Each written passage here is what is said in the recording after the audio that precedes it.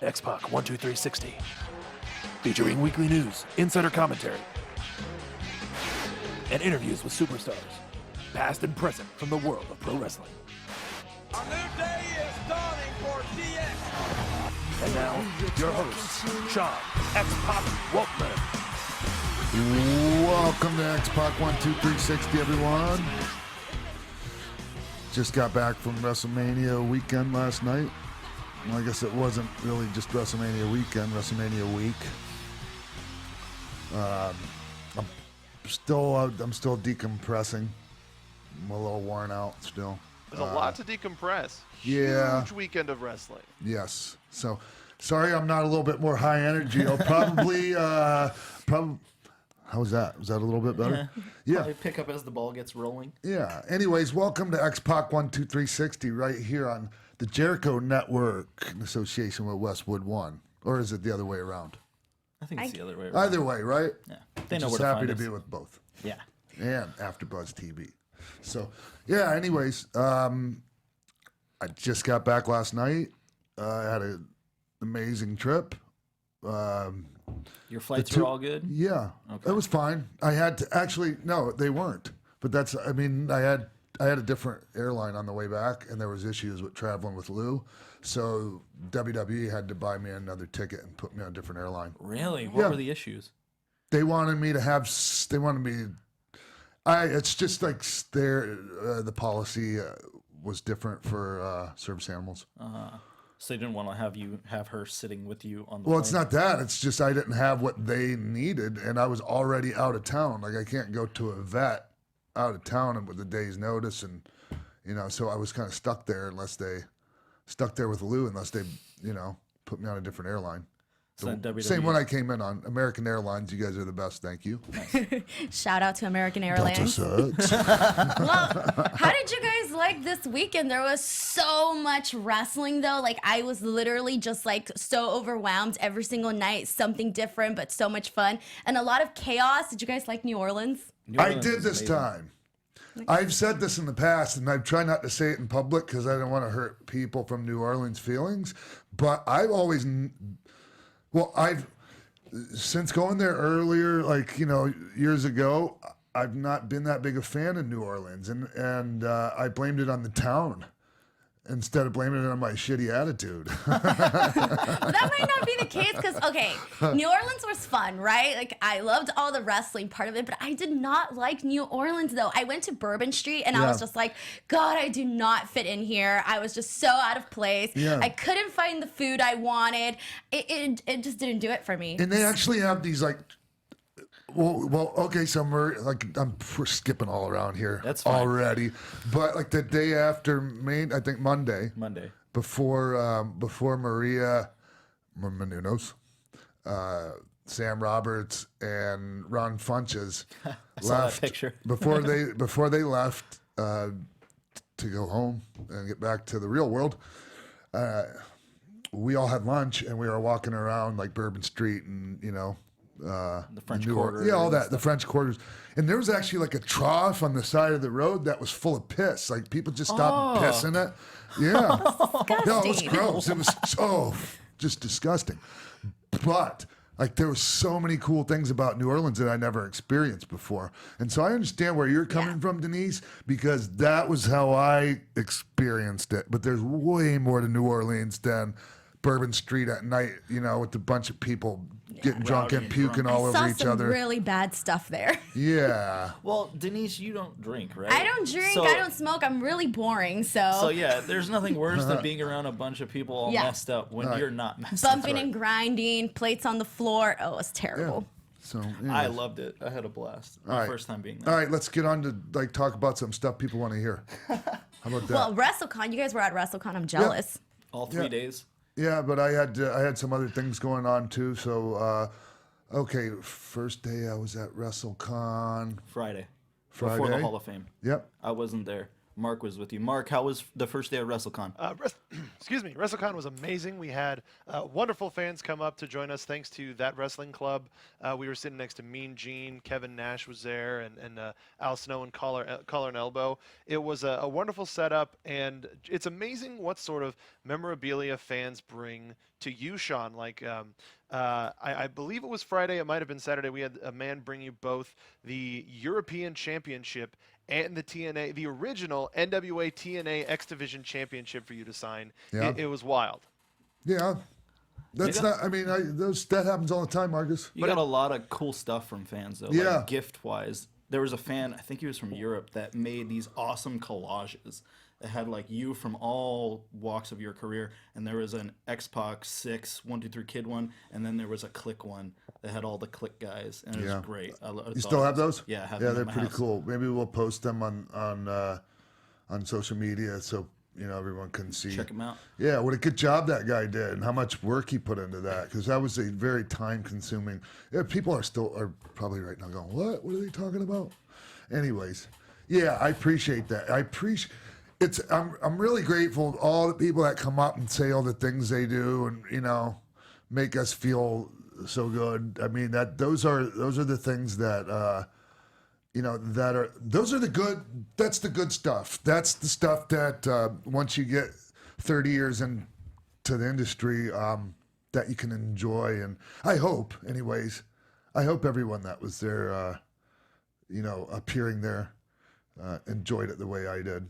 I really enjoyed the interaction you have with your fans. You take the time to spend time with each and every one of them. You don't care if the line's about to get cut off or how long they've waited, and you stand, you greet them, That's you right. look in their eyes.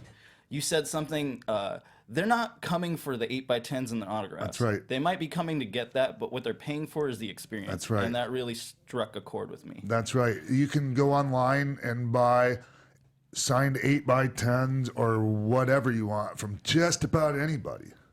And there's tons of that stuff out there. So that's not why they're there. I mean, yeah, they want that to bring home with them and the selfie, but it's really it's really the experience. That's how you make somebody feel. Especially since it's WrestleMania weekend, people travel all over the world. They don't want just like a basic experience. Like they want like a real, true experience. So everyone that I know that went to WrestleCon was like, man, it was crazy. You have this person here right next to this other person. So it's a fun experience for everybody. Yeah. And for me, even if I'm having a bad day, if I show up and people come out, and I keep that in mind. It's about that experience for them, and making them happy. It makes me happy. It turns a shitty day into a good day for me. So just talking about it right now kind of makes me feel a little bit better. Well, one of my favorite things happened when we were leaving WrestleCon and we were on our way out, and someone from Make-A-Wish had seen Sean and asked him if he had 5 minutes to come across the street, that there was a group of Make-A-Wish kids about to watch NXT TakeOver. And Sean was like, absolutely. And we got to go over there and make their day. And just seeing how happy those kids were for not expecting that, and having X-Pac come in and one kid's like, 1, 2, 3 kid, 1, 2, 3 kid. And everyone's so excited. And then a room full of kids like, on 3, everybody, 1, 2, 3, suck it. It was great. That's awesome. Amazing. Yeah, that's the first time I've done anything with Make-A-Wish in quite a while. And, you like the other times in the past, you're actually requested by somebody as their wish. dying wish, and that's so heavy. So heavy. I don't even want to get into that because, that'll just make me start crying or whatever. So, but what an honor it is. What an honor it is to be, to be asked to do that. And, the thing is that guy from Make-A-Wish, he actually said this. He goes, I asked a couple of different people, and some of them were kind of standoffish. And I'm like, here's the thing. I don't want to judge others or what they've got going on in their life, but like if somebody from Make-A-Wish says, do you have 5 minutes to go meet some children? I don't give a shit what you're doing. Somebody can wait. Whatever you have going on can wait. Go meet the kids. You know, I mean, that's how I feel about it. So, anyways, Yeah, I think that's the way it should be for sure. come on. Well, speaking of honor, then there was also the Hall of Fame, which was one of the biggest events that they had prior to, obviously, to WrestleMania and TakeOver. Yeah. It was a long show. How did you guys think of it? But the highlight for me, besides the Jeff Jarrett induction, was the great Malenko being inducted into the what do they call it? The legacy portion. wing of the WWE Hall of Fame, and you know, he was my teacher. I think people know anything about me know that, and obviously he was the father of Dean Malenko. It says in the program, the Hall of Fame program, that he trained myself and Norman Smiley. He also trained Kane. And he had a hand in teaching a lot of guys like Ricky Steamboat, the Masked Superstar. Oh gosh, tons of guys. So, anyways, I was so happy for that. Influence definitely. Yeah. Still today. And here's the thing about the Hall of Fame. Vince McMahon used to tell everyone up until probably last year, hey, go out there and take all the time you want. This might be the last time that, you know, you get a chance to do this, or, you know, he would kind of give everyone that speech, you know, and guys would take him up on it. They definitely would.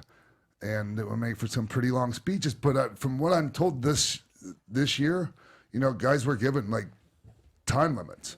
And obviously that didn't matter whatsoever, because holy shit. I mean, and I'm happy for Hillbilly Jim, and I love him. Man, he's a super sweet guy. But come on, he killed the whole thing. He took all the air out of the building. And he was like the second inductee, Yes. too, so it was like right at the start of the show. Yeah, it's basically like, hey, I don't give a shit about anybody coming out after me. I'm getting my shit in. You know? And I just think that's selfish as F. What was weird, though, was, okay, so I was only there for about an hour and a half after the red carpet, and I was only able to see Hillbilly Jim and Ivory because of, like, how much time was taken up. But it was interesting, though, and it was pretty adorable when Hillbilly Jim was like, you know, I've been in the audience, and I know what it's like to be out there and watch someone ramble on for a really long time. I'm not going to do that to you guys. And everybody's like, okay, great. And then it went really long. 46 minutes later. 46 minutes, really? Yeah. Wow. Okay, so then that makes sense, because I was there for an hour and a half and I just watched 2. Yeah. And so, like, you know, the main guys that were there to be inducted, obviously Goldberg was the main in that, like, he got screwed. You know, by the time he was out there, a lot of the people had left, and even some of the talent had to leave. I mean, you know, I just felt really bad for those guys that were later on in the night. You know? Well, and the whole point of moving it to Friday instead of Saturday before Mania was to give people the time to recuperate, so they didn't have to be out really late to then wake up really early for the biggest event of the year.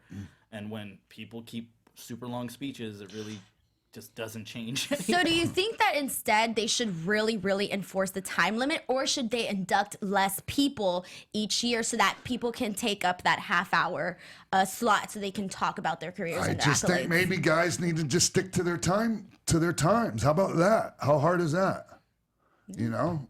Because it's not just a Hall of Fame induction, it's actually an entertainment event to entertain people. Key word being entertain. Yeah, once they started televising it, the production needed to change, and it hasn't really. They've definitely made it more of a show, adding the red carpet element.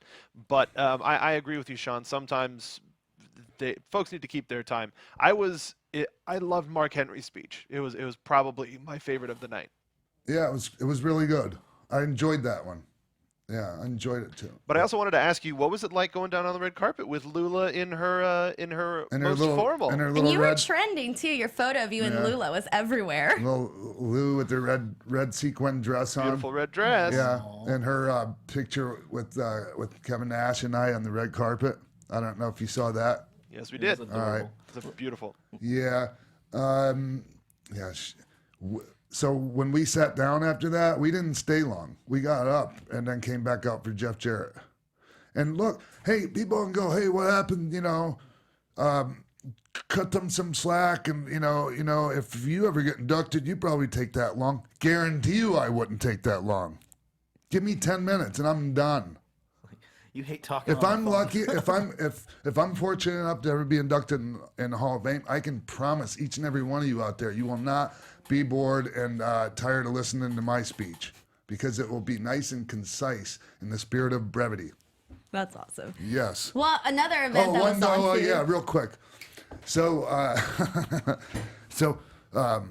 I took Maria up to gorilla position, and we after Triple H and Steph versus Ronda and Kurt Angle, and so we were up there just talking and congratulating them on what a incredible performance that was. Show-stealing match. Yeah, and so Hillbilly's sitting right behind me, and I forgot he was sitting behind me, and I look over, I turn my head to Hunter, and I go, "Who told Hillbilly Jim to go Broadway the other night?" and Paul started laughing. He went like that, and it was just kind of. I said, "Oh yeah, I forgot he was behind us." I was like, "I don't give a shit." I was selfish. Did he hear? No. No, I don't think so. And he's such a sweet guy. I need to stop talking about that. Well, that's what I was saying. But It was bullshit. adorable. It was bullshit. Well, speaking of, I guess, non-bullshit, Axxess. Axxess was a lot of fun. You were there signing. Yeah. How was that? Well, I was just there. I was just there on Saturday morning from 9 to 12, which actually was like 10 to 12. Yeah. And Jimbo, you were there with me. Yeah, it was amazing. Sean kind of missed the bus, so then him and Daniel Bryan got to take a personal car together over to Axxess, and then Kevin Nash was supposed to be signing, but I think he had a bit of a late night, so it was. Now just what happened with Kev was he had the shenanigans party, shenanigans party, and he was up on his feet too much, and his knee got all swollen up. Yeah. Oh, okay. Because he couldn't make Raw 25 because he had just had the surgery, so he said everybody will see me at Mania. That makes sense. And he looked great. Yeah, he did, and he was standing all day at WrestleCon too. Yeah. So yeah, I don't blame him. Yeah, so definitely a lot on his knees. But, Axxess was really cool, though. They had a lot of really fun exhibits. They had the ECW entrance. They had this really cool photo op where you can go inside of a tomb, a casket for the Undertaker. They had all the memorabilia. There was a lot going on. Superstar entrance. So I think this was a really, really good Axxess. The only thing I did notice was that a lot of people were waiting for a really long time for whoever to come out. So I know some people waited some lengthy hours to get their autographs from whoever they wanted. God, yeah, that's the thing is people stand in those lines. That's why Jimbo. I don't know if you saw this or not, but we got down towards the end and there was still quite a few people there, and I'm like, unless there's someone else to come take my place, I'm staying until everyone gets one. Yeah. They're not going to stand in line and then go, "Oh yeah, I'm sorry. It's 12 o'clock. He's got to go." Well, don't work that way for me. And that was super cool of you because the representative told everyone "Hey, at noon, he's gone, guys." Yeah. And you were like, "No, I'll sign all of you." Yeah. You waited for me. That's how it works. Everyone gets one. If you show up, you get one. There's quite a crazy group of people there to get autographs. At one point, there were 4 guys that probably had 8 replica belts for each of them that were we're the belt crew. The belt kings or something. Yeah. They had more belts than Ultimo Dragon and Great Sasuke put together.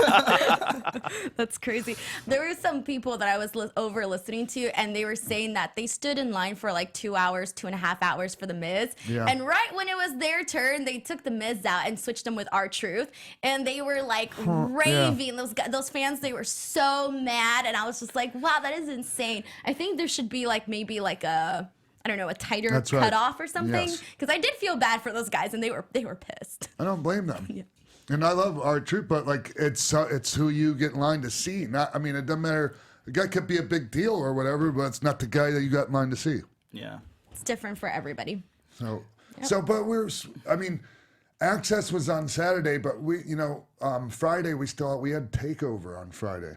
No, TakeOver. No, TakeOver was on Saturday. Oh yeah. So you went from Axxess to Hall of Fame to... No, I went from Axxess to... WrestleCon to Hall of Fame to Axxess to WrestleCon to TakeOver. Yeah. So it was just constantly in motion. What signing are we at? Where are we going? Which is something I brought up to somebody else, because wrestlers like you were doing Axxess and WrestleCon.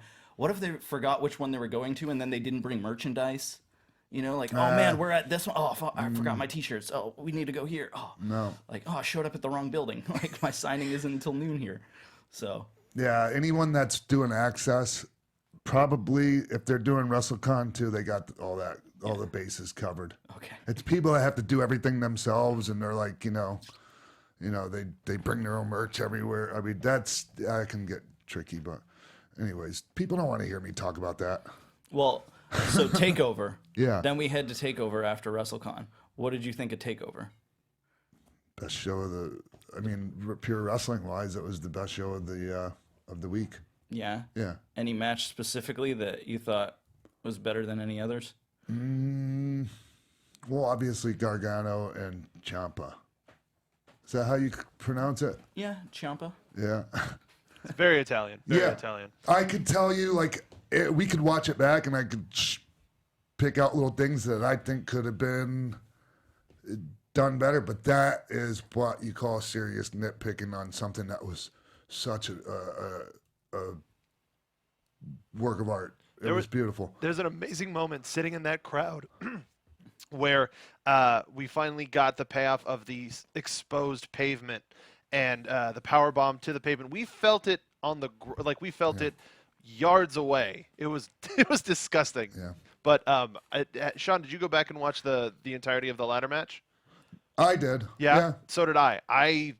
Dear God, those men put their body on the line, all of their bodies on the line, and it's one of the strongest multi-man ladder matches that I've seen in a while. The thing is we didn't get there in time for the To watch the whole thing. to watch the whole ladder match. Yeah. I mean, it was on when I left the hotel room, and when we got to the building, it was still going on. I think. It was, yeah. Yeah. it So still I went mean, on for that like was a an extra- long ass match, right? Yeah, it was pretty long. I think it was 20, 25 by Yeah. the end of it. Yeah, and being on first, and it was a hell of a match.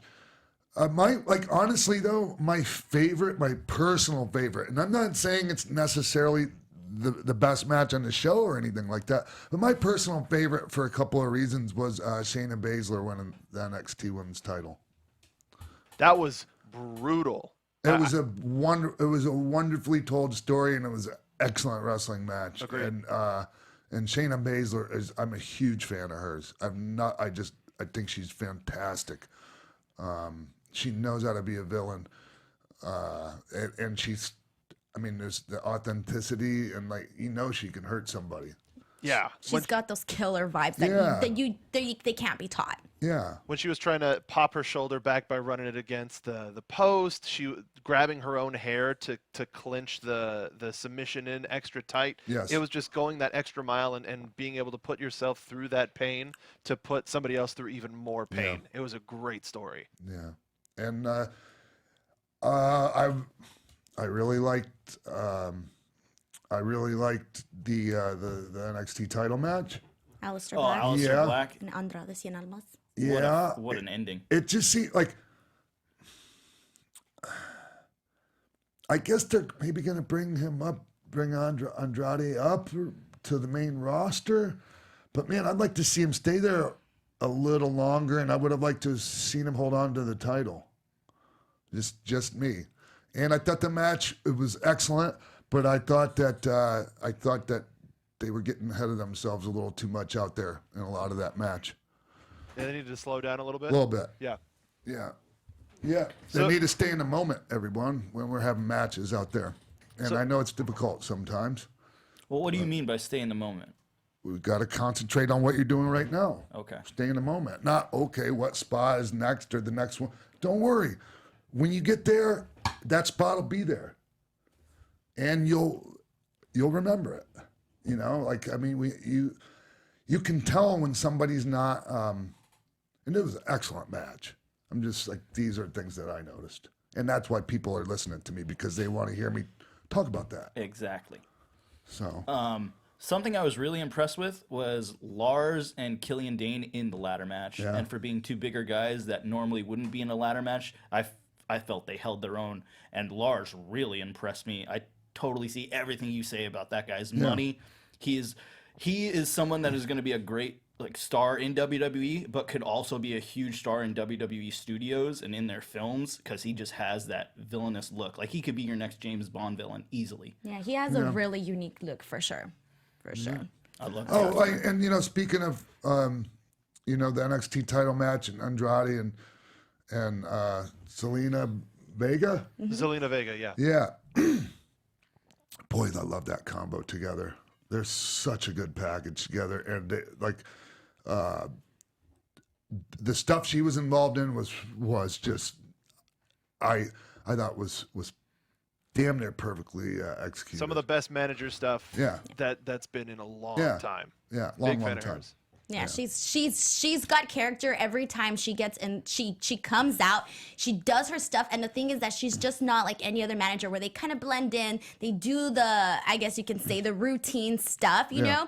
But she comes out and she's just this force that is so I like to call it the Latina, power sort of thing. So I'm just like, she's got it. She knows what she's doing. I'm proud. She captures your eye. She has it. Yeah, she definitely has it. And how about that? What was it? A 3-way tag? Wasn't that next? Yeah, the 3-way tag was in the middle of the show. Yeah. It was Adam Cole pulling double duty with Kyle O'Reilly versus Roderick Strong and Pete Dunne, and the authors of Pain for the NXT Tag Team Championships. Yeah, and so Roddy he turned on Pete Dunne, and was that anyone see that coming? I didn't joined the Undisputed Era. I didn't see it coming, but it makes total sense when it happened. Like, as soon as it happened, it was like, oh, yeah. And especially when he puts the armband on.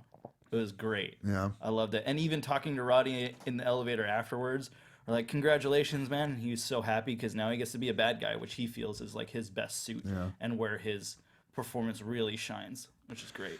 The one thing, and this isn't, I'm not speaking about just this tag match, but I'm speaking about overall. The one thing I think a lot of the guys, with just about everyone, can improve on are there are a lot of missed opportunities out there that I see that maybe a lot of people don't. And as far as when to fire up and keep the people in the match, because as great as the matches were, you could hear the crowd die out in between stuff a lot of the time. You know what I mean, Jimbo? Yeah.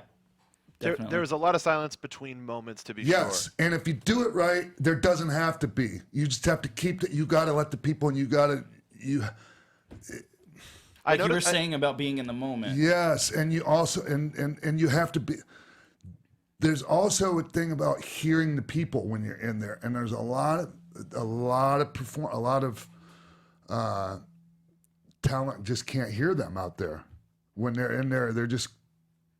They can't hear whether the people are making noise or not. They're just doing their thing. Are they too much in the zone? And they're it's blocking just something it out? it's just something that because of our nerves and because we're concentrating and focusing on things, it's hard for a lot of people to also take time to be mindful of that part, the crowd reaction. Is that something that you learned over your years? Yes. That one time it just clicked, and now you get it all the time, which is why you can see things that other people don't? That just comes with time and being told to actually take the time and listen, and just that's even a thing. Hey, listen to the people. You know, some people don't hear them ever. And there might be some people listening right now going, huh, what's he talking about? But it's hugely important, especially for really being able to draw money and not just have matches where people go ooh at spots and then die off, and then the crowd dies down until another cool thing happens, and then they go oh, and then back down to nothing. Yeah. When you have a match, it's like starting a car. And once the car you don't want the car to stall. And when the bottom falls out of the crowd, that's the same as the car stalling. It always at least needs to be idling, which means there should always be a buzz and some noise. I could definitely hear the difference when, by the time we got to Sunday, by the time we got to WrestleMania, there was just a constant sort of roar throughout the crowd, whether it was low or hot or high or whatever. I definitely heard the difference between the two. On a lot of the stuff, but even in WrestleMania, there were some matches where the crowd died off like that. It was just a little more consistent. Yes, yeah, and it's all about just like letting the people in. You know, like there's different times when you need to like. Just even a glance at the people will get them to come up. Like, I don't mean come, you know what I mean? Like, yeah, just playing off of the crowd and kind of using their energy and transferring it to and from so that it can connect and I guess you can say be well pieced together and whatnot. And I guess, you know, for guys, it does take like time, experience, working with different crowds, getting the different vibes, and, you know, all of that stuff comes into one package. It just also like, it's not something that most people figure out on their own. It's something that, you know, somebody else kind of has to smarten you up to a lot of the time. I think of Adam Cole. Hearing you say this, it makes me think of Adam Cole and just like his facials and his Adam Cole, baby, and constantly like, where are they? Are they with us? Well, let's do something to get them right back where we need them to be. There are times when Adam Cole just says stuff in the middle of a match and the camera picks it up and it's perfect. Like last week's NXT on the go home when Ricochet debuted, he did like his back flip and superhero pose in the ring, and it looked like Adam Cole said, "Why did you do that?" Or in his match against Aleister Black when Black dropped the kendo stick and he went, "You are so dead." It's just stuff that's present and in the moment that brings me as an audience member on TV a little bit further into it. I enjoyed Adam Cole's match with Aleister Black better than the Andrade match. Yeah. Personally. And I just think that I don't know. Let's go on to something. Well, I wanted to ask you before we got off of TakeOver, was there anybody that you got to see at TakeOver that you hadn't previously had an opportunity to talk to before? I don't know. Is there, Marcus? Well, you were talking to Adam Cole. You were talking to Aleister. Yep. And you were in Gorilla for the title match. I didn't know if there's anybody. I was sitting there watching that with Sean and Triple H and stuff. Okay. Yeah, listening to what they had to say, but I'm not going to share that with. Sounds everyone. great. Then let's move on to WrestleMania. WrestleMania was. I just don't think it's right. Sure. No, of course. So maybe I shouldn't even have said that. Now we're all just going to be left with our imaginations. Right? Yeah. Sometimes it's better.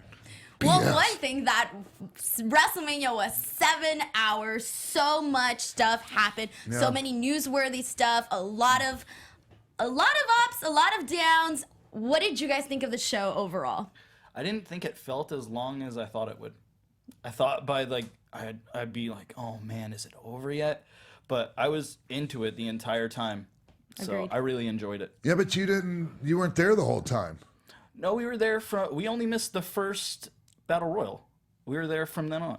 Really? Yeah. And that was 7 hours or 6 hours? At least. It was 4 p.m. to 7 p.m. I'm sorry, 4 p.m. to 11 p.m. And the doors opened at 2:30, so people were there like an hour and a half, 2 hours before the actual pre-show. We didn't get there till 5 No, something. we were in the middle of the men's battle royal. We saw people lining up. Well, I And got also a text. I was supposed to sit with Maria out at ringside, and I got a text from her telling me thanks for standing me up.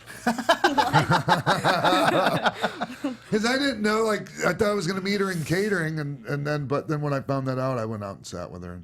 With Lou. Lou went out and sat in the crowd in the second row behind the announcers. People could see us on there. Amazing. Oh, yeah, you could see me and Maria, and, like, you couldn't see Lou.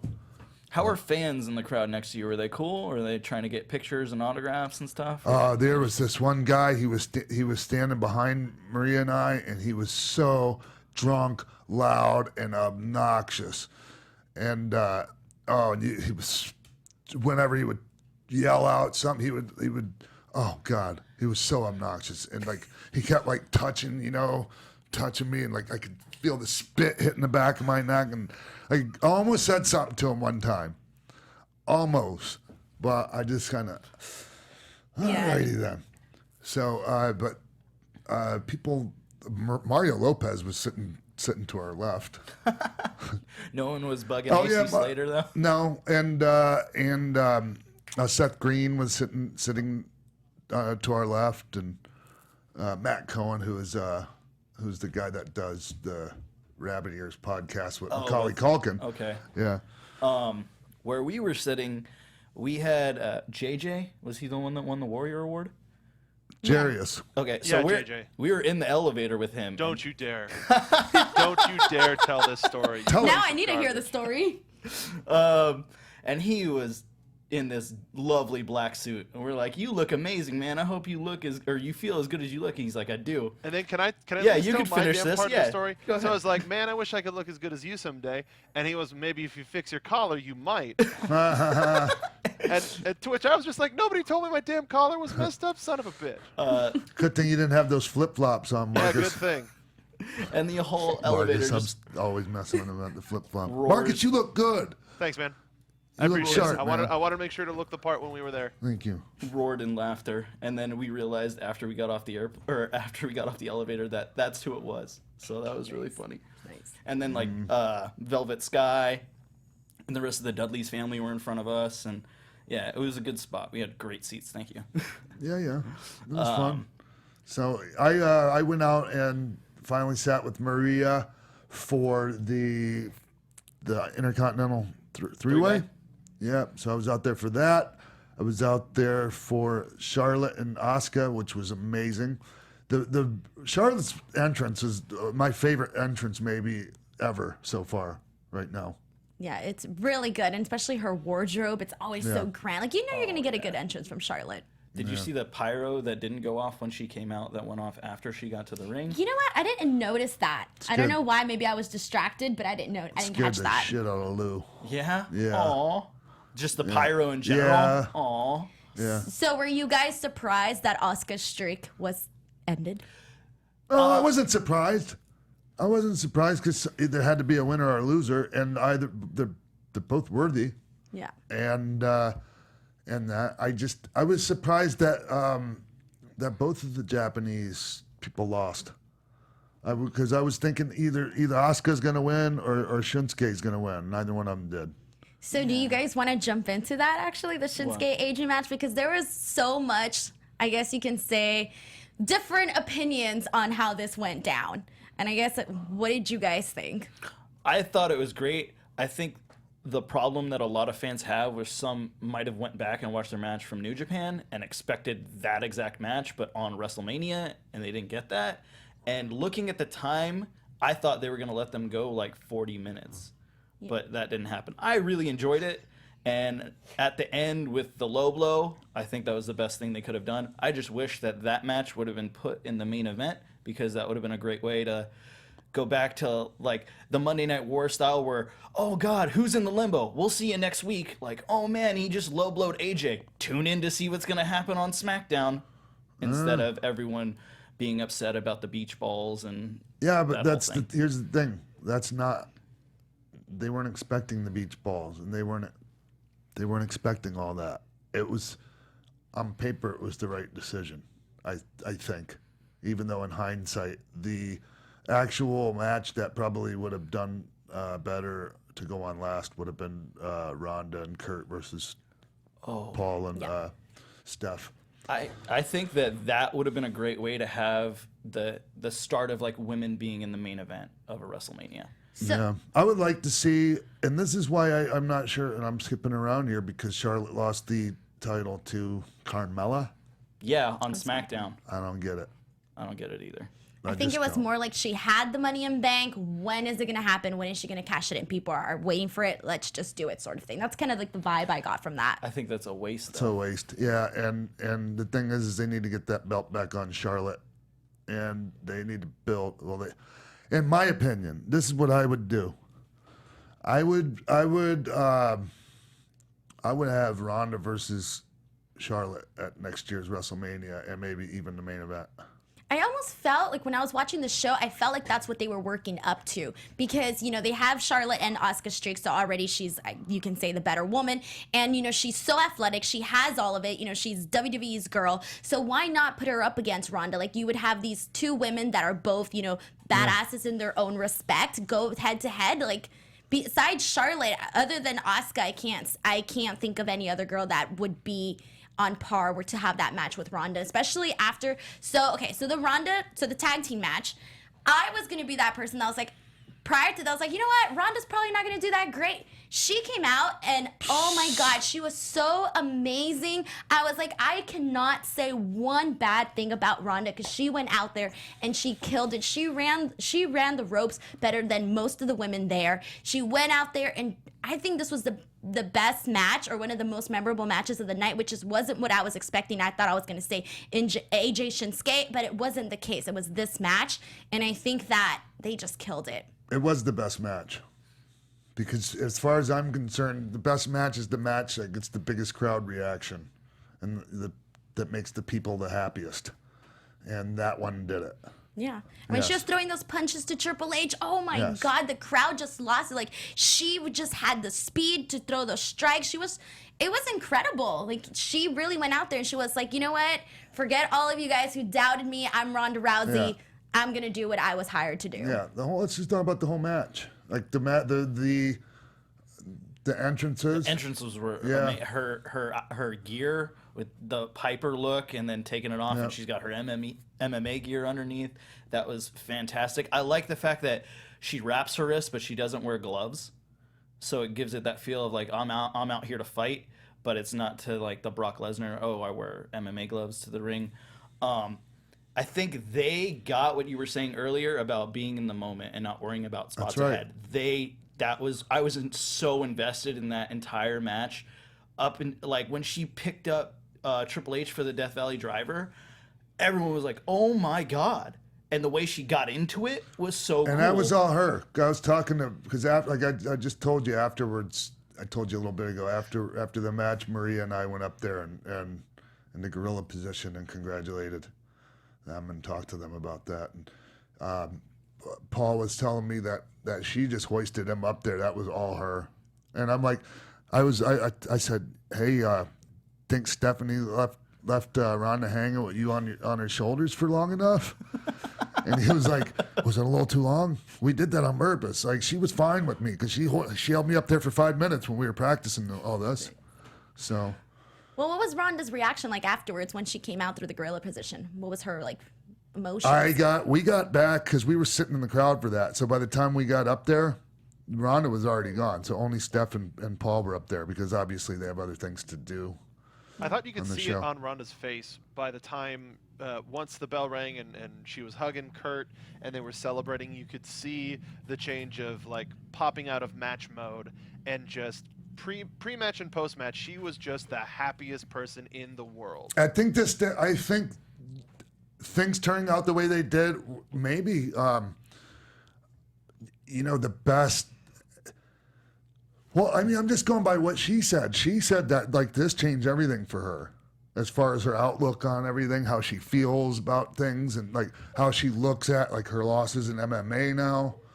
And you just need in life, period, like we need to have the incremental wins in our life to keep us like in a positive state of mind and pushing forward. Yeah. So that was definitely a huge win that she needed in her life, and it was huge. And I don't honestly think that it could have been any better. It really couldn't have. I mean, I can't imagine it anyways. It was an amazing payoff from their first confrontation on WrestleMania 31. I love it. Oh yeah, and I talked to Ronda the other night for a long time, and like she's just you can just see it and hear it in her voice, like the relief and just how happy she is. I mean, she's legit happy. And she was just hanging out at Raw the other night after she was done with her segment. She was done for the night, but just like the rest of the talent, she stayed around and watched the rest of the show. That's great. Yeah. Yeah, that's really good. So what did you guys think about the main event, Brock Lesnar and Roman Reigns? I was pissed that the fans were just being like You not think they even were giving tired? it a chance. They didn't even want to give it a chance, which was driving me nuts. And we had a fan behind us that was this rowdy and obnoxious, and I don't know if he was drunk, but he was definitely spitting all over the back of my neck. Well, that's what happens when you don't have your first row of teeth. It was frustrating to me that they would be so loud and rowdy and not in a positive way. That, like, just leave. If you're not going to enjoy this, don't ruin it for everyone else. Yeah. It was a pretty damn good match too. That's the thing. I like watching it. I thought it was a really good match. It wasn't given a chance, and I mean we could go into the reasons why, but I definitely I really like Roman Reigns. Like he's really like, besides, not talking about the in-ring stuff. He's a really good guy. He really is, and I feel really bad for him because like a lot of this isn't his fault, in my opinion. I just think it's been mishandled. Yeah. So being in the crowd for this match, like, obviously you want to pay attention. You want to, watch the match. And I can tell that, good things were happening in this match. I was like, oh, you can tell, like, this is a good match. But because there were so many other things going on with the beach ball, the chants, it was so hard to completely stay focused where, like, you would look around, see what the fans were doing. There's a fight over there. There's a beach ball over there. That I think that most of the crowd, when they would get distracted and then go back to the match, it wasn't all pieced together, so they couldn't get fully into the match. Here's the thing. You were in the building, right? Yeah. So you know that. But did you watch the match back? No, but I did get a text saying that if you watch it in mute, it is a great match without the crowd. Even with the crowd, because a lot of it you can't really tell what the noise is or what's being said. And with the commentary and everything, it just and also with the shots they were taking, you can't tell there's beach balls flying around or any of that. Only in the building. That's what I wanted to say. That I wanted to compliment the production team because once all of the shenanigans in the arena started, they kept it really tight. Even when they were on wide shots trying to get Brock and Roman in the same thing, it was still like just the top of Brock's head and like the bottom of the apron. Really good production, and like you said, just reactions, and even like some of the boos from beach balls getting popped fit in with the story that was being told on the screen. So ultimately, I think on screen it's going to live as a better match than folks that were quote a better match than folks thought live. Yeah. There was one particular moment that, so to the right side of the arena, there was some guy was getting kicked out, and mind you not, like I took the moment to look around and see that everybody's attention was over there because the crowd was like, Chanting, you deserve it. Did you catch "Nah, that? goodbye" to Yeah, him? they were kicking him out, and it ended up just taken away from the main event. And I took a moment and I was like, wow, everybody, even myself, we're looking over there when the WrestleMania main event is going on right there. Yeah. So like, even if you wanted to get into the match, like it was just it didn't connect. It was hard. It's the same as when like a fight breaks out in the crowd while you're trying to have a match. Whatever you're doing in the ring is a waste of time at that point. So anytime that would happen, like any of us that actually know what we're doing, we save it until until all that shit's over with in the crowd. I had that match. I was in a WWE title match with Rock. I think it was from Nassau Coliseum or Meadowlands or something. Anyways, it was on Raw. And a fight broke out in the crowd, and so we just stalled until it was done. And on TV, you couldn't tell it was a fight going on. You just thought people were going off in the building. So yeah. I think overall for the entire Mania, it was a good Mania. There was a lot of good moments. It probably personally wasn't my favorite Mania or my favorite WrestleMania that I've attended, but it was a good show though. Are we gonna not talk about Undertaker and Cena? Oh, yeah. Come on, guys. So amazing. Well, Elias coming out and being like, "Do you expect someone else?" was great. That was awesome. And then Cena beating him and kind of lingering around, and I turned to Mark. I'm like, Undertaker's not here until you hear the gong. And when we heard the gong, I jumped out of my seat. I lost it. It was so good. So did you not expect it? Like, were you really people that didn't think it was going to happen? I wasn't sure. I didn't know. Oh, I knew. Yeah. Then it worked. Yeah, well, I knew. I mean, I kind of knew it was going to be short, too. My favorite thing was John, there is silence. He beat up Elias. Elias is on the ground. And then he hears his music play, and he has the realization of, oh, well, I guess the segment's over, and starts walking up the ramp. I love that just realization of, oh, wow, that was it. That's all that I've got. Well, I guess I'll go. I really loved John in this segment. I really did. Yeah.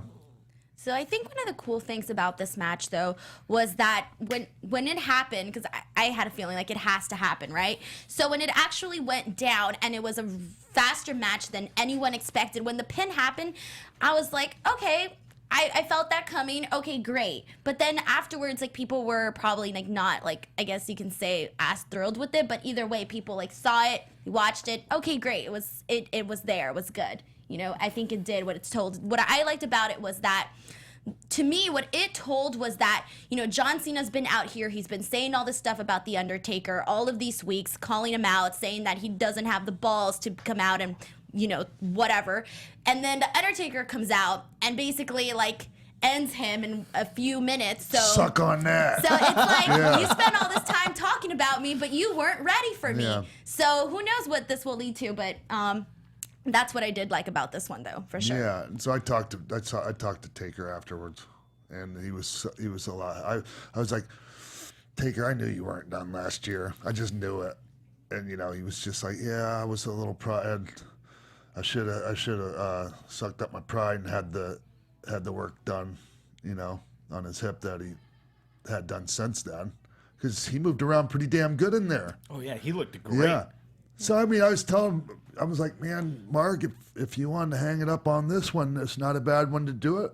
But I don't think it's going to happen. I think he's good to go now for a minute. They've already announced that he's going to be a part of the greatest Royal Rumble. He's going to be taking on Rusev in a casket match. Wow, that's awesome. Yeah, that That'll be a good should have match. to be a good show. Yeah. Great for Rusev. It was nice to see Mark out there feeling good about himself. I love Mark. I mean, I've known him for a long time. And if you watched the WWE 24 about Raw 25, you would see our interaction on there. That was really cool. Be checking that out today. Yeah, everyone on my team that didn't watch that. Hey, let's talk about WrestleMania some more. All right. Sean, I wanted to know what you thought about the reveal of Braun Strowman's tag team partner as a fourth grader in the crowd named Nicholas. What did you think about that whole segment? I thought it was great. I enjoyed it. The people enjoyed it. I know some people. I shouldn't say the people, like as in all the people, but because I did read some people complaining about it. But what to me that was as good of a good a partner for him as anyone available. It played with the story well because he said he didn't want a partner. I'm sorry. I probably didn't put that the right way. There are people that like. I think a lot of us thought of, oh, who's his partner going to be? Oh, maybe it's going to be Hogan. Maybe it's going to be this person. But in the absence of any of those choices, I thought that was a great choice. Because if they use someone that was already on the roster, whoop-de-doo. Because then think about it from a kid's perspective. Watching that is like, maybe I could be I think it reignites the fire in the young fans, or ignites some new fans going, wait, he just picked somebody from the crowd? Yeah. I love it. And I want to take my hats off to Sheamus and Cesaro for going out there and being pros about that, because, you know, that wasn't like, looking at from their perspective, that wasn't like an ideal situation for them, because they worked hard, you know, and they've been a great team. And I really love, I like everything about what they're doing. I love their entrance and that, but they had to suck it up on this one. And I feel this one thing I feel bad about, when I saw Sheamus later on in the evening, and oh God, I cringed after I did this. because he was heading upstairs, and he said goodbye to me, and you know how kind of you say things like this, and well, I don't know about you, but people do, and I've never been one of these guys, and it just kind of came out. I was like, oh, good night. Shane was like, hey man, great stuff tonight. And then he kind of tried to say thank you, but you could tell it was just like, like it was, they did a great job, but it wasn't great for them. Yeah. And, So, I mean, I so can I felt see why bad. you said I'm like, it, yeah. I'm like, who does, like, that's not me. I'm not the one that just does that. I I'm think he straight got up what with he meant, people. though. You were just being nice. You're Yeah, respectful. but He I was don't on the give a card. shit. That's not how you do it when you're me. What is the right thing to say in that situation? You just say good night, man. All right. You don't have to go, hey, that stuff you did earlier, I know you hated it, but I'm going to tell you it was great. But you never know. It was, and it was a really good segment. Those guys need a good. Someone needs to throw those guys a big, nice, fat bone for that. They need to be rewarded for that. You telling him that might have changed his whole view. Maybe he was super bummed going up to his room. Like, no, man. It didn't. It just made him go, "What the f is X-Pac saying?"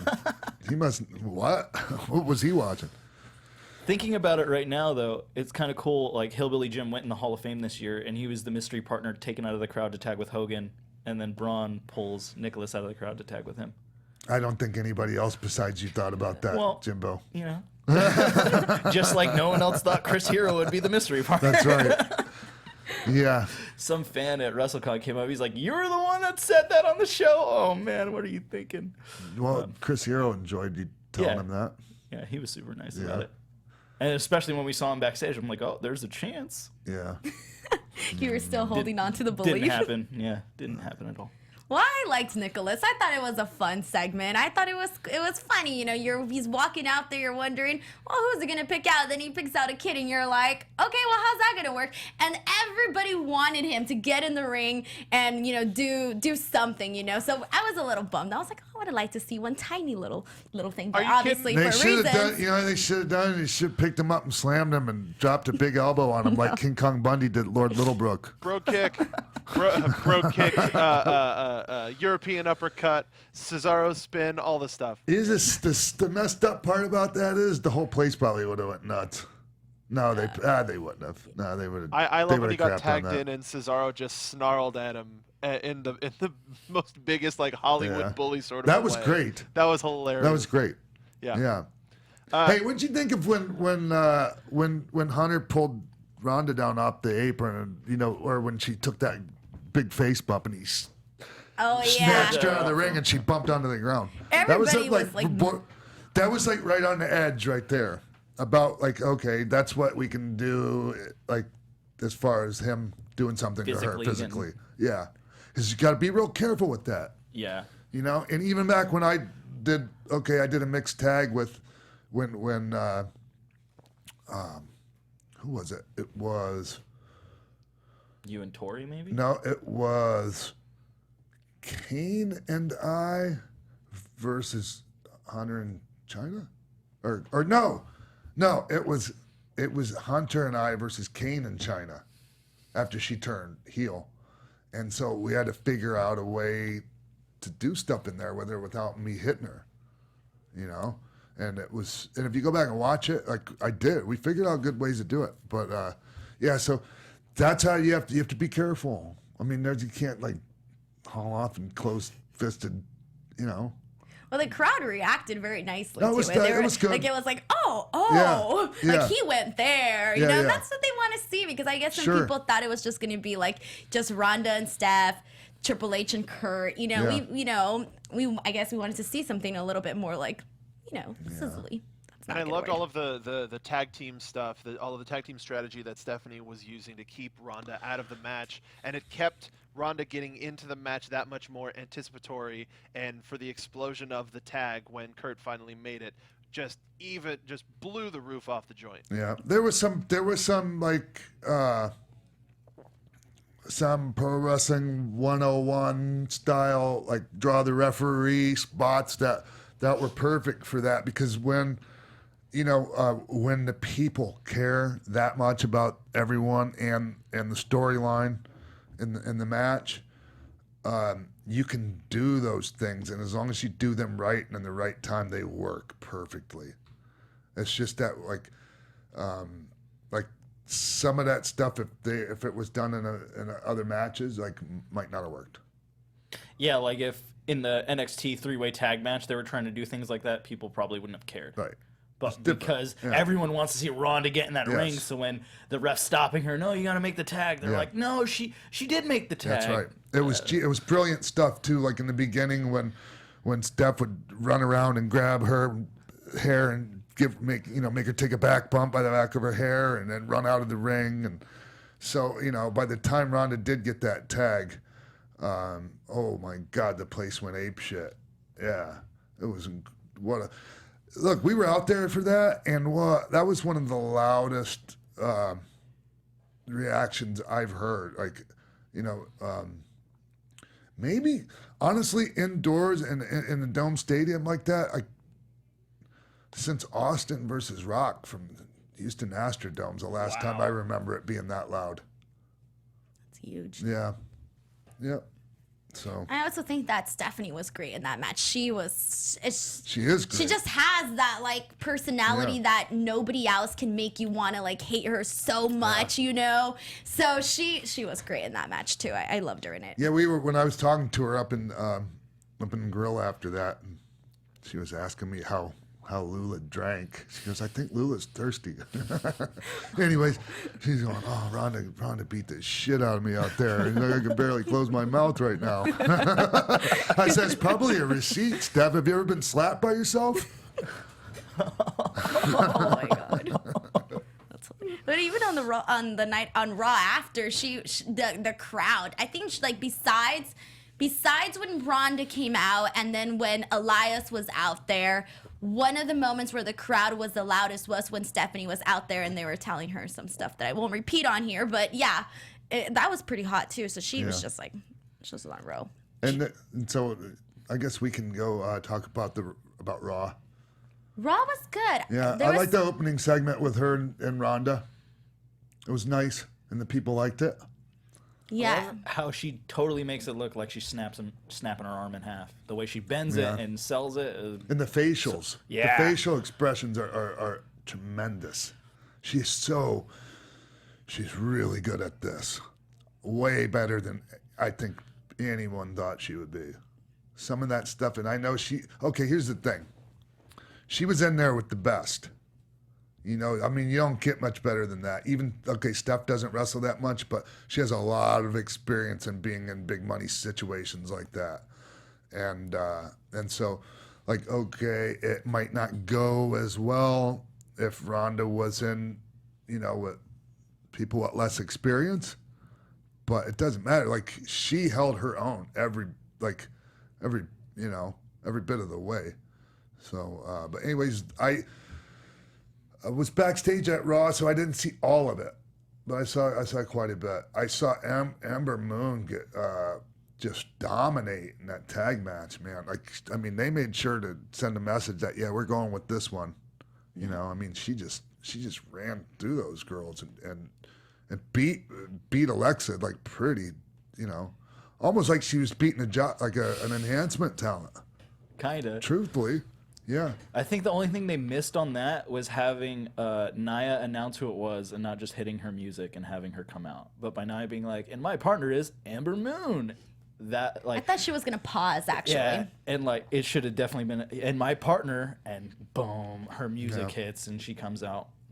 Well, there were a lot of good surprises on Raw. Bobby Lashley, which after that, the whole comment that Kurt made about TNA, oh my God. I was there and I was like, wait, did I hear that right? Was I hearing things wrong? And then I go on Twitter and it's funny because then Impact sends a message and they're like, we are Impact because, they're not TNA anymore. Yeah. So that was just hilarious and it was fun. I like how they played that off. But Bobby Lashley, Authors of Pain. I was confused with the Authors of Pain. When they went back up the ramp and they left Paul Ellering down there, does that mean he's not going to be with them anymore? Okay, they did like a backstage they did a video clip where they broke up. Your chapter in the Book of Pain is over. Yeah. So Paul just doesn't want to travel. He doesn't want to okay. travel on the road full time. He's had enough of that. That He was makes- doing that just because it was. Florida's right there. Yeah. Okay. Well, I mean, even though like he doesn't live in Florida, but I mean, it was just like okay, once every couple of weeks or however that works. Yeah, he traveled, but he also traveled on the live circuit with them. When they were here in California, he was with them, which surprised me a bit, but I don't blame him at all. Yeah, he's put in his tour time. Yeah. Yeah. And then Jeff Hardy also showed up. That was a lot of fun. Brother was Nero. Nice to see Jeff. Yeah. Hopefully all the issues work out okay for him. And Paige know. came out and gave this Oh, amazing yeah. retirement speech to then show up the next night on SmackDown and become the new GM, which was awesome. I didn't see that coming, Neither did I. honestly. I thought, like, oh, this is her retirement speech. This is it. We're probably going to see her every now and then. She's probably going to go do some, I don't know, other projects. And then when I saw that they announced her as the new GM, I was like, okay, that is cool because I did not see that coming. And I think that this is a nice refresher to see someone like Paige as a GM. Yeah, because she's good. She's good at talking. She's good at that, and she has a great personality. Like I mean, they're making a movie about her life, and let's keep her around a while and utilize her properly. They showed the trailer during WrestleMania. Yeah. It was awesome. The Rock cuts this amazing promo on her. It was so good. I hope to see a funnier side of her as the GM. Maybe not so much how Mick Foley was, but definitely a more playful side in her, like messing with wrestlers and kind of like getting under their skin. But I definitely think this is a great move for her. Agreed. And everyone. What did you guys think of the crowd, though? Because I felt like from other Raw Aftermanias that I've been at, I felt like the crowd was a little bit more tired for this one. I felt a little bit more exhausted. I don't know why, but I think that there was a lot of good moments where the crowd was really like there, but then there was others where it was kind of like, okay, I like we're exhausted. I think. Well, if you, the last time that Raw was was in New York. Raw 25? Yeah, was it? No, not Raw 20. I meant Mania. WrestleMania 29. Yeah, WrestleMania sorry. 29. Yeah. Okay. Then the Raw the next evening, I think it was where Dolph Ziggler won the title from I think Alberto Del Rio. Was it? Anyways, that crowd was insane. Like I haven't seen a crowd after Mania like that. Yeah, that was also the crowd where Fandangoing was born. Same Yeah. crowd, yeah. Yeah. So okay, it wasn't a crowd like that, but it was pretty hot. It was hot. I mean, it was a long weekend. It was a long week. I mean, Yeah. So A lot of wrestling. yeah, and then a lot of wrestling in that. They already had NXT there. Then who knows how many of those people went to other stuff. This weekend. There were shows that went to like 3, 4 in Yeah. the morning starting on Thursday. So people were exhausted. Every show that I did that started like around like 8 or 9 didn't end till past 1 o'clock. Plus, then getting your lift, it just took forever. So people were tired. Yeah. And then people still went to go party on Bourbon Street. So there's that too, But also the main event for Raw I thought was pretty fun with the Miz Taraj and Jeff and everybody. And Finn, I thought it was really fun. And even afterwards, when Seth Rollins got the crowd, they played on the whole beach ball thing. I know this wasn't seen on TV, but they were like, oh, we see you guys always playing with the beach balls. We never get to have any of that fun. So Seth's like, throw a beach ball. Come on, bring them out. And all of a sudden, all these beach balls, like, come out of hiding or whatever. So that was fun to see. Everybody's just playing around with the beach balls. I thought it was a fun way. I went home after that. So it was a fun way to wrap WrestleMania weekend for a lot of people that left after Raw. I was back at the hotel. We had to switch hotels that day. So the Hyatt couldn't accommodate WWE after Sunday night. So Monday we had to switch to a hotel by the airport. So I left early with Scott. And when we got to the hotel, went down to the restaurant, it was still playing on the TV. And so I saw that match. I'm really I'm impressed with the Miz Taraj. I'm impressed with Curtis Axel and Bo Dallas. Like they really they showed me a lot in that match. Like those guys know they're really good in there. Like I think they're baby faces, aren't they? Aren't they kind of pseudo baby faces? Ever since like the whole like dad thing with Yeah. the Miz, like the crowd was loving it on Raw. They were like the whole dad thing was really going over with that. Like, he has kids, you know, sort of thing. So I have a feeling that they might be going to SmackDown when the Superstar shakeup happens. I think they were the ones that, along with them and maybe Alexa Bliss from the show, maybe those are the ones you could assume that might be going to SmackDown Like and whatnot. splitting them up and sending Bo Dallas and Curtis Axel Well, there? I don't know about or keeping all three of them just, together. I don't know, but either way, maybe going to SmackDown and whatnot. But it was a fun show overall. I thought it was good. I like SmackDown because the cash-in. I mean, I wouldn't have done the cash-in, but the cash-in was really cool. Peyton Royce and Billy Kay, they were awesome. They went from being the iconic duo to the Iconics. Just as a point of order. I didn't watch SmackDown. I don't have the first clue as to what happened. So I think we're done. Cool. they just set up a couple of title matches for Backlash. That was really it. And Paige had AJ Styles versus Daniel Bryan, which is like a dream match every fan has been waiting to see as the main event. And Nakamura came and did the low blow and screwed it up. Nakamura is a heel, though, cutting promos, answers one question and then gets asked something he doesn't like and says, "Sorry, no speak English." I like that. It's great. that, yeah. So good. Oh, that's great. So on April 14th, Sean will be in Springfield, Mass. for Bulldog Enterprises Cards, Comics, and Collectibles. It's like an in-store signing from 4 to 6. On April 21st, he'll be at MCW, Maryland Championship Wrestling in Joplin, Maryland. April 28th, Seattle, Washington for Defy Wrestling. And May 2nd, he'll be at the Cauliflower Alley Club inducting Shawn Michaels. All right, I'll be in Las Vegas at the Cauliflower Alley Club on May 2nd to help induct my dear friend Shawn Michaels. Actually, we're helping give him the Art Abrams Luthez Lifetime Achievement Award. Oh, that's so awesome. Yeah, so I was just asked about that this past weekend, and I was like, I'll be there, even though it's on the same day we shoot the show. We're gonna change schedules that week. Yeah, we'll be ready that week. Yeah, so I'm really happy for Sean. It's important to him, and it's a big deal, like amongst the fraternity of wrestlers to get an award like that. So I definitely want to be there for him for that. So I'm honored to be there. Yeah, that's amazing. Yeah, I'm honored to be asked. So all right, well, yeah, go ahead. Well, those are your dates. If you want to follow Sean on Twitter, he's at The Real X-Pac on Twitter. On Instagram, X-Pac12360. Facebook, X-Pac12360 Show. Sign up for the newsletter. Shirts at ProWrestlingTees.com/Sean Waltman. And if we gave you a sticker this weekend, post a picture of it because I want to see where you stuck it. Yeah. Awesome. All right, everyone. Did you already say what you need to say? You guys can follow me on Twitter and on Instagram at _Denise Salcedo. And if you guys want to see any of the reviews from wrestling events that happened throughout the entire weekend for WrestleMania, please check out my website, InstinctCulture.com. Yeah. So thank you for tuning in this week, and we'll see you right here next week on AfterBuzz TV, the Jericho Network, and Westwood One. Yeah. Maria Menounos, Kevin Undergaro, Phil Svitek, Sean Waltman, producers Mark Donica, Jimbo Frank, and TK Trinidad, and the entire X-Pac 12360 staff. We would like to thank you for tuning in. Like us on Facebook, rate and comment on iTunes and YouTube. Follow X-Pac on Twitter at TheRealXpac, and email us at xpac12360show@gmail.com.